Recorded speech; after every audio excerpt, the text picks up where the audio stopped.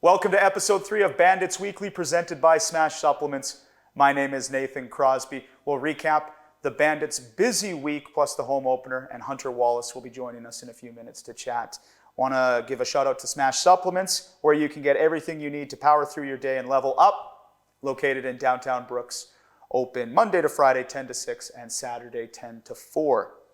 3 games last week for the Brooks Bandits. Tuesday night we were up in Camrose. Mirko Budazzoni scored his first AJHL goal. However, the Bandits fall 3-1 to the Kodiaks and suffer their first defeat of the regular season since January 28th. They had won 14 straight regular season games heading into that match. That was also the Bandits' first loss out of any game since the second game of the AJ final last spring against Spruce Grove.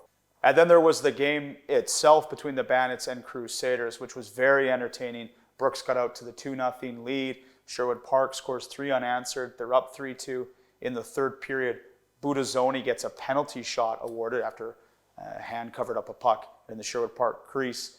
And he has goaltender Eric Roost beat, but Roost comes up with a fantastic leg save, robbing Budazzoni, and it seemed like the Bandits might not get the tying goal, but they were persistent.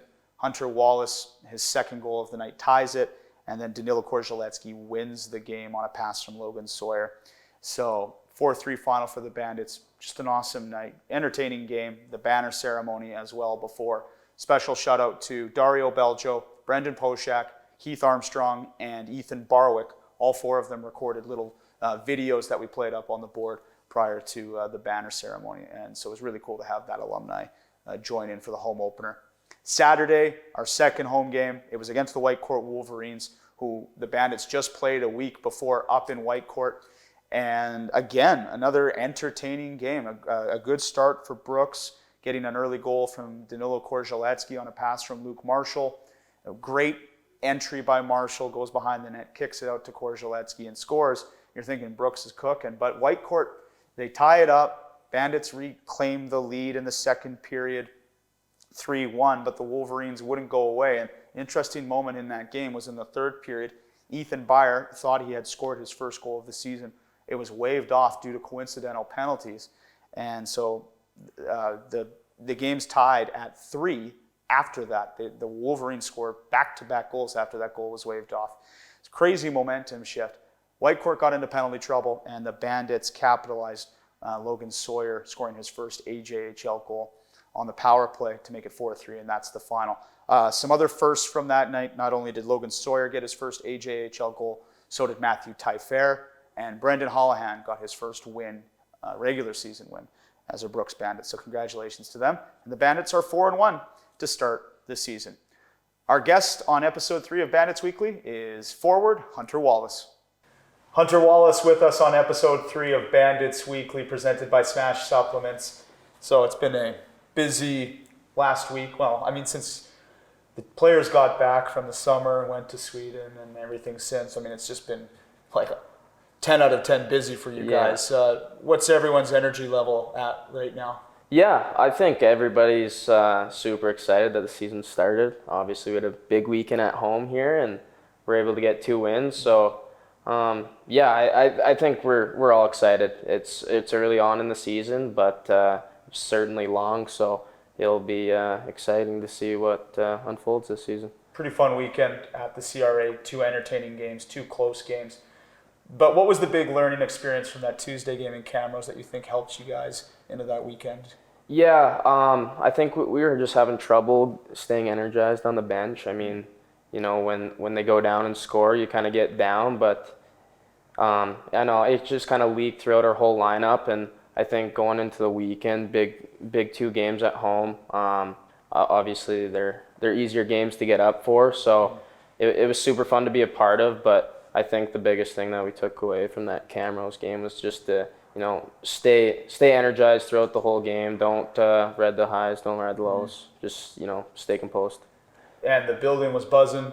We had 1,500 Friday night, just under 1,200 for the Saturday night game against Whitecourt. Thank you, fans. I mean, what was it like for you guys playing in that atmosphere? Yeah, I've been here for 3 years now, and the Bandits fans always show up to the home opener, and it's super fun to play in. It's Yeah, it's super exciting. You feel like you're better out there. You're skating fast. You're shooting harder. Yeah, I really enjoyed it. And the atmosphere was great, but there was also adversity over the weekend. Like in both games, goals called back. Let's go back to Friday night against Sherwood Park. You're going for the hat trick, and I've never seen that happen where it's been called back, time put back on the clock because there's a penalty on the play. Meanwhile, you think you have just scored your hat trick goal. I mean, how did everyone keep their cool in that moment? And that was a close game to begin with. So Yeah. emotions must have been riding high. Yeah. I was kind of confused right after it happened. They called it dead and We all brought were. it back. Yeah. So, obviously stuff happens. Still got the win, so that's all that matters. And Saturday too, there was another goal waved off in a similar instance. There's penalties on the play that you were involved in. Yeah. So I mean, it's just you're just misbehaving all weekend. I guess. Yeah, you could say that. No, we've had actually a couple goals called off this year already. So I don't know what it is, but it seems to be happening every game. So hopefully that cuts out soon. What was the takeaway from the games, just from a hockey standpoint? How did you think the team performed over the weekend? Yeah. Like I said, it's obviously easy games to get up for at home when your home crowd shows out. So, like I said during the Camrose game, we can't ride the lows, can't ride the highs. We just got to stay composed, and I think we were able to utilize that on the weekend. And we saw some of our young players score their first AJ goals. Ty Fair, that great pass from Sawyer off the wall, and then Sawyer scores the eventual game winner. I mean, what do you think of these young guys we got on the team? Yeah, they're starting to get more comfortable, I feel.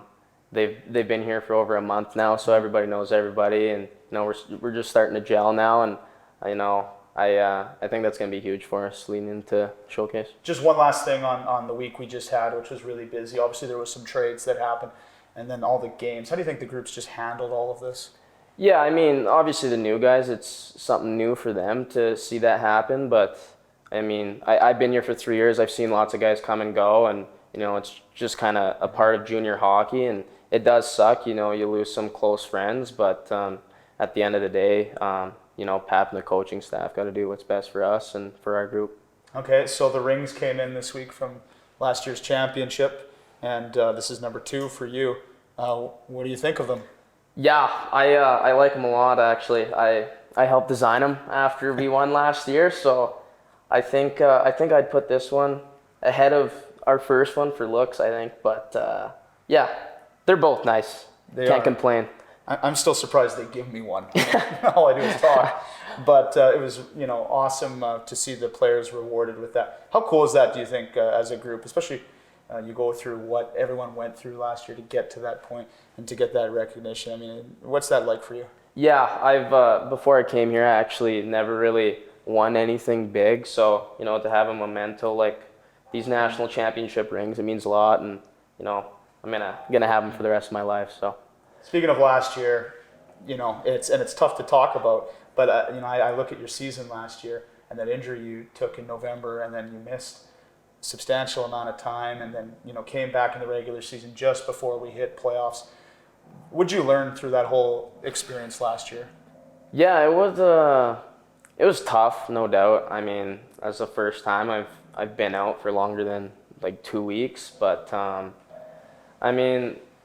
You kind of get down, obviously not playing, watching every game kind of gets old, but, we had a great group last year, and, the boys made it fun for me to come to the rink every day, and I think that was a huge part of it, and, kind of helped me progress in my rehab to get back when I did. So, I just, the guys definitely made it worthwhile. And speaking of guys on this team, like such a close-knit group, but one guy that I always, I see you, obviously you bill it with him, but and you obviously developed a really good friendship with is Huey Hooker. Now, were you guys friends before you came to Brooks? You're both from Manitoba. Did you know of each other? And then finally, just what does that friendship mean to you? Yeah, I knew Hugh growing up. We played against each other, just like casual tournaments when we were growing up. I played him when I played for the Southwest Cougars back in Manitoba in midget. Obviously, he didn't play the last year. He played for the Winnipeg Blues, so I wasn't able to play him in my last year, but it was COVID anyways, so only got 12 games in, and then obviously Brooks traded from him, and I got a text from Wayne, our head scout, and thought it'd be a good idea if I came up with him for camp just to kind of inform about Brooks because I've been here before, and it just kind of started from there. We found similar interests. Obviously, we're both from Manitoba and we were building together. So I love Hugh like a brother. I hang out with him quite a bit in the summer. I know his family. He's just a great guy. Krause, you know him. He's just a super down-to-earth guy, and hopefully we can go to college together. That'd be something that would put a smile on my face for sure. Yeah, no one more deserving right now than to get that college commitment. I mean, what do you think makes him such a unique player? I mean, he's smaller like I am, but obviously he can rip a puck. He's super agile. He's shifty. Super hard to defend when you're coming at him out at the point. And I mean, he scores game winners too. Like obviously he scored that big one last year in Spruce, and then a couple this year already. So yeah, he's a gamer, no doubt. Has that Mr. Overtime nickname stuck? I haven't really called him Mr. Overtime. I usually just call him Hugh, but I think the guys know. Okay. Yeah. That's awesome. Speaking of last year as well, I remember interviewing you on the ice when we won in Portage. I'll have to show the picture here for those watching, but your face, you had a hockey player's face there No doubt. on the ice. What happened there? Now you can tell us. You had the big black eye. What was going on there? Yeah, so it was a scramble in the corner, and the puck came out to the slot, I believe, and I just kind of turned and fired, hoping to get something on net, maybe like a cheesy rebound for whoever was underneath, and then I fell, and Huddy came around the court. That's Malinowski, and his skate boot clipped my face, and it swelled up like right after that, and then the next morning it obviously turned blue and purple and looked pretty gross, but I was able to continue playing, so that was it did suck. I could barely see, but I was able to play, and that's all that matters. Pretty scary, but also, I mean, you probably looked. I mean, if I were facing you on the ice, I mean, you're pretty scared of this. I mean, black eye. Yeah, my face was scary. I am only 5'7", so I'm not the scariest looking guy, but my face was quite criminal. Yeah, you're farm strong though. Yeah. So I mean, we know what you can do out there. Well, that's awesome. I think you went through a lot last year, and it seems like this year you're off to this great start. Now, good weekend at home there, and just looking forward to watching you this year. What are you looking forward to the most here? And we'll end it on this. Just your final year here in Brooks. What do you hope to achieve besides winning? But just what do you hope to achieve? Yeah, I think my main focus right now is just staying healthy. Like we talked about my injury last year, I just want to stay in the lineup and play a full season my last year of junior hockey, which seems crazy to say because I feel like I just got here. Mm-hmm. Obviously, with my injury last year, I only played 20 games, so in the regular season. But I'm just looking forward to staying healthy, making memories and new friends with the guys here, and obviously chasing that national championship again. Well, good luck to you. It looks like another great group of guys here, and the season's still early, so looking forward to the showcase this week. Yeah, super excited. Awesome. Hunter Wallace, thanks for doing this. Thanks, Krause. Our thanks to Hunter Wallace for joining us on episode 3 of Bandits Weekly, which is presented by Smash Supplements. So look ahead to this week for the Brooks Bandits. It's the 2023 AJHL Showcase, which is being hosted by the Calgary Canucks at the Max Bell Center over the next 4 days. Remember, we hosted this event 2 years ago here in Brooks. Last year it was in Blackfalds, and this year it's going to be at the Max Bell. The Bandits will be playing on the opening day of the showcase, Wednesday, September 27th, 2 o'clock start against, guess who? The Whitecourt Wolverines, which will be our 7th or 8th meeting of the last week, it seems, between these two teams. I'm exaggerating. This is the 3rd meeting of the month. Wacky start with this schedule, 3 of the first 6 games against Whitecourt. But it was a very close game on Saturday, the Bandits winning by 1, so expecting another competitive game on Wednesday. Then the Bandits don't play at the showcase until the last day of the event, which is Saturday, September 30th. They'll face their rivals, the Okotoks Oilers, 5 o'clock. Looking forward to that one. The Bandits and Oilers played 3 times in the preseason. Brooks swept that week-long series, but they haven't played yet in the regular season. Other things to mention about some of our former Bandits that are doing well. Nick Hale, who was on the Brooks Bandits in the 2018-19 season when we hosted and won the National Junior A Championship. He just completed his 4th season with Holy Cross, and then he transferred as a graduate to Ferris State, and he's named assistant captain for the Ferris State Bulldogs. So wishing Hales the best for his final year of college hockey, and congratulations on getting the part of the leadership group. Boston University is ranked number 1 in the preseason poll for men's hockey, and of course Bandits defenseman Aiden Celebrini is on Boston University. I think there'll be a lot of attention on that team this year, and they're ranked number 1. So good luck to Aiden and the rest of the BU Terriers. News and notes from this past week with the Bandits. Of course, there was 2 trades with the Black Falls Bulldogs last week.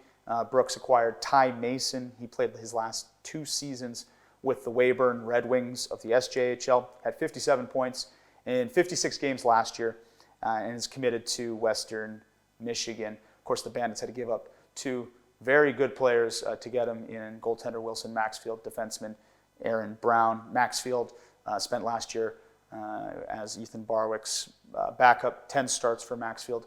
And one of his highlights of last year, I would say, was that November 4th game up in GP when he got his first AJ shutout.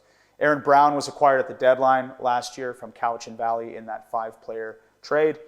That also saw Brooks get Davide Patella. So both Maxfield and Brown, got to know them off the ice. They were absolutely fantastic guys, and got to know their families as well.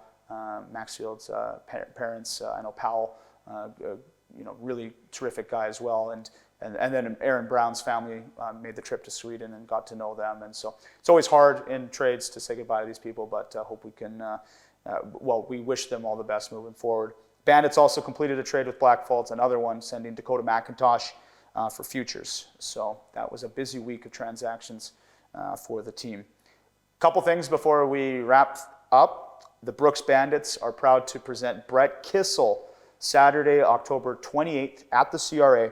Tickets available at Show Pass, and you can buy them at the Brooks Safeway. So looking forward to Brett Kissel, a huge hockey fan, and I know a lot of hockey fans know him through when he sings the anthems at the Oilers games, but that's going to be an awesome show in Brooks at the CRA, October 28th. And just a reminder, the Bandits Thanksgiving Monday game is coming up October 9th against the Fort McMurray Oil Barons. It's a 4 o'clock start, free youth tickets, and after the game is the always popular skate with the Bandits. That's going to do it for episode 3 of Bandits Weekly, presented by Smash Supplements. Thanks to Hunter Wallace, our guest, and our producer, Drayson Kuiper. I'm Nathan Crosby.